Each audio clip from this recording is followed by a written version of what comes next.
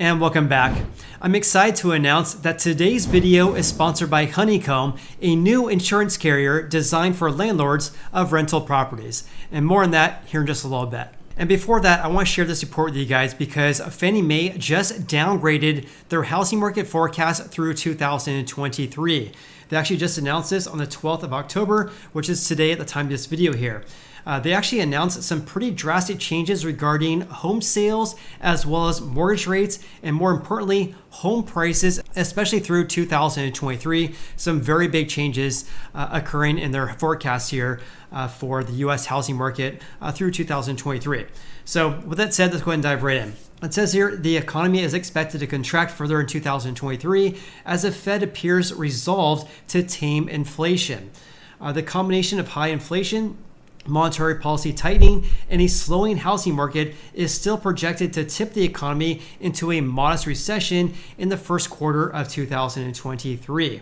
And this is thanks to their Economic and Strategic Research Group, or their ESR group, which is by Fannie Mae. They say here, despite the historical decline in August job openings, the continued strength in labor has futures markets anticipating or expecting that the Fed's going to be increasing the federal funds rate by 75 basis points at its November meeting. So here's what the street is forecasting for their meeting, which is set for November 2nd of this year. So by a 82.5% probability, they're calling for the Fed to increase rates to 4%.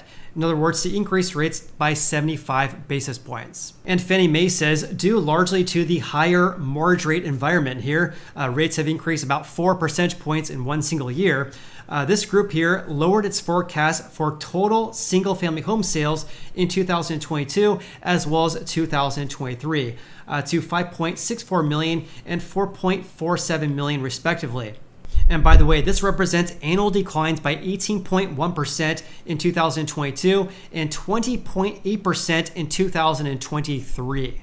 And with that said, a big thanks to Honeycomb for sponsoring today's video.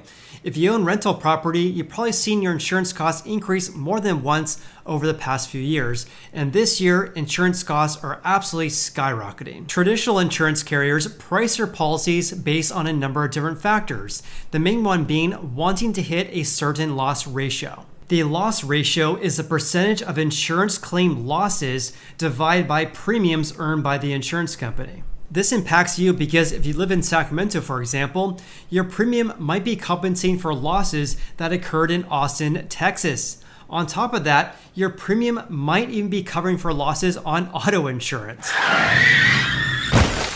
Another potential reason why your insurance has been increasing is because there's a lack of competition for landlord insurance. And lack of competition means higher insurance rates. Honeycomb is a new insurance carrier that can save you up to 40% without compromising on coverage. They have developed an innovative technology that analyzes the risk of insuring properties, and by doing that, they're able to provide significantly lower rates. Through their website, landlords can get a customized quote for their properties in less than 5 minutes.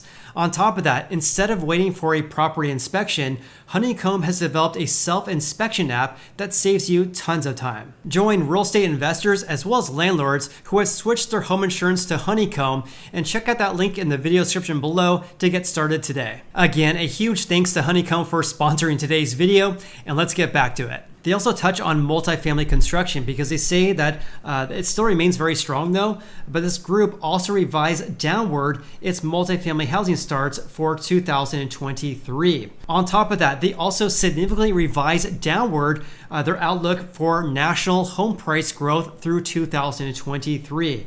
So they're now expecting year-over-year home price growth to turn negative in Q2 of 2023. So they're now forecasting for home price growth to increase by 9% this year compared to last month's projection of a 16% increase. So in one single month, they went from a 16% increase now to only a 9% increase. On top of this, they expect home price declines by 1.5% in 2023, down from its previous projection of home price growth to be 4.4% in 2023.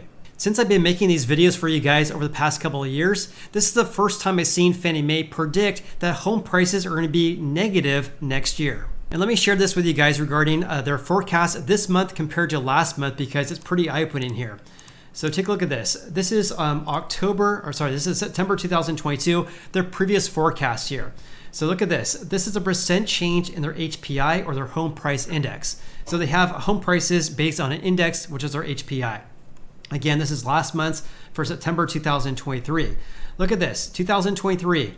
First quarter up by 11.3% compared to the first quarter of 2022. Next quarter, second quarter will be 7.8% increase, then 6.3, then 4.4. So overall this year, they're calling for their HPI to increase by 16% compared to 2021. To have a look at 2023, they were calling for a 4.4% increase in their HPI compared to 2022. That was their previous forecast. Let's look at October though. This is the most recent forecast here. Look at the drastic changes in 2023 here. So again, 11.3% was their previous forecast for Q1 of 2023. Now it's only 3.3%. And look at the remainder of the year, calling for a decrease of about 1.5% by quarter in 2023. And overall only increasing, or actually decreasing by 1.5% in 2023. Drastically different compared to the previous forecast, which is right here, calling for an increase by 4.4% compared to 1.5% decline in the most recent forecast here. Also, look at this. In Q1 for 2023, only a 3.3% increase, but last month they were calling for a 11.3% increase, and also to be over 4.4% for the remainder of the year, which is drastically different compared to the forecast we have right now. Other significant changes are this, because here's the previous forecast again, September. Total housing starts, they're calling for that in 2023 to be down by 19.4%. Let me just zoom in here so you guys can see this. So 19.4% was their previous forecast back in September for total housing starts, which of course includes multifamily plus single family. Fast forward to their most recent forecast though, look at this, down by 25%. So they went from 19.4% now to 25% decline in 2023. And look at single family. They're calling for that to decrease by 23.3%. Again, a housing start is the beginning phase of the construction of a brand new home. In this case, a single family home. They're calling for that to decrease by 23% compared to 2022. The previous month, they were calling for only a 17.8% decline of single family housing starts. Also, look at total home sales. In September, they were calling for total home sales, which of course includes a new single family as well as existing home sales, to decline by 12.8% next year. But look at this most recent forecast though, down by 20.8%. I mean, what a difference though, right? Pretty eye-opening. So they're not really calling for much of a change this year, but huge changes in 2023, especially compared to the previous forecast year. So their most recent forecast is calling for just over 5 million existing home sales this year. And then look at 2023. Only 3.9 million existing home sales. This is vastly different compared to 2021, where we had 6.1 million existing home sales. Here's something you all should be aware of as well, because their forecast for average mortgage rates changed drastically as well. Let's go back to September. Back then in Q4 of this year, they were calling for the average rate in Q4 to be 5.7%. Fast forward to the most recent forecast though, look at this, 6.7%. So they increased this by 1 percentage point, which is pretty eye-opening here. They're also calling for rates to be 5.3% on average this year in their most recent forecast year, and to be 6.4% on average in 2023, which is drastically different compared to the previous forecast, which is calling for a 5.6% average rate next year. So when looking at their forecast for 2023 this month compared to last month, they're much more bearish on the market in 2023 than they did 1 month ago. What's also interesting to note here is all these negative numbers for 2022. So total housing starts to be negative this year. Also, that includes single family down by 11.2%. Also for total home sales, declining by 18.1% from 2021, which is pretty eye-opening here. New single family houses declining by about 20% this year and declining by 12.6% next year. They're also calling for existing home sales to decline by 18% this year and down again by 21.8% in 2023. One thing that I'm kind of scratching my head regarding this right here, though, is that regarding their HPI, which, by the way, these are percent changes on a year-over-year basis here. So this is Q1 2023. So they're calling for their HPI to increase by 3.3% compared to the first quarter of 2022. Obviously, the first quarter of 2022 was a very, very hot housing market. So I'm really scratching my head regarding how could home prices increase from the first quarter of 2022, given the fact that our housing market was so hot during this time, and also mortgage rates were around or less than 4% during this time frame. Whereas in Q1 of 2023, we might start the year over 7%, might even be higher than 7%. So I'm not really kind of scratching my head regarding how can we have home price growth in the first quarter of next year, given the fact we had such a hot housing market because we had very low mortgage rates back in Q1 of 2022. But what do you guys think? Comment below. Here's something else I found to be kind of intriguing as well. So out of all the mortgage originations, meaning purchases plus refis, back in 2021, the refinance share was 58%. So out of all the mortgage originations in 2021, approximately 58% came from refis. The difference came from purchases. Fast forward to 2022, though, look at this. Only 30% of mortgage originations are coming from refis, and they're also forecasting for 2023 to be only 23%. In any case, going back to their press release from Fannie Mae here, Doug Duncan, who's Fannie Mae's senior vice president and chief economist, stated the following here. Home prices appear to have already begun trending downward. In other words, home prices are declining, right? In 2023, on a national basis, we expect an average home price decline of 1.5%. I mean, vastly different compared to 2021, because he saw an 18.9% increase in home prices. So it's pretty astonishing to go from 18.9% to 9% increase in 2022, then down to 1.5% decline in 2023. He says here, due to the ongoing tension between potential home buyers and home sellers at the moment, we believe the pace of home sales is likely to slow even further too. So in regards to his comment here regarding tension between home buyers and home sellers, that's absolutely true, because take a look at this. Here's new listings according to Redfin. So new listings for the 4 weeks ending October 2nd are down by 17.7% compared to the same time period 1 year ago. So we're seeing much fewer home sellers list their homes for sale given these uncertainties in our housing market. What we're also seeing, though, is a decrease in pending home sales. In other words, a decrease in contracts being signed between home buyers and home sellers. Right now, down by 27.47% compared to 1 year ago. And because we're seeing a lack of houses being listed for sale, and also we're seeing a decrease in pending home sales, we're also seeing a huge increase in the number of price reductions in the US right now. So as you can see right here, ever since April, the share of price reductions has been absolutely skyrocketing to well above levels we saw in 2021, for example.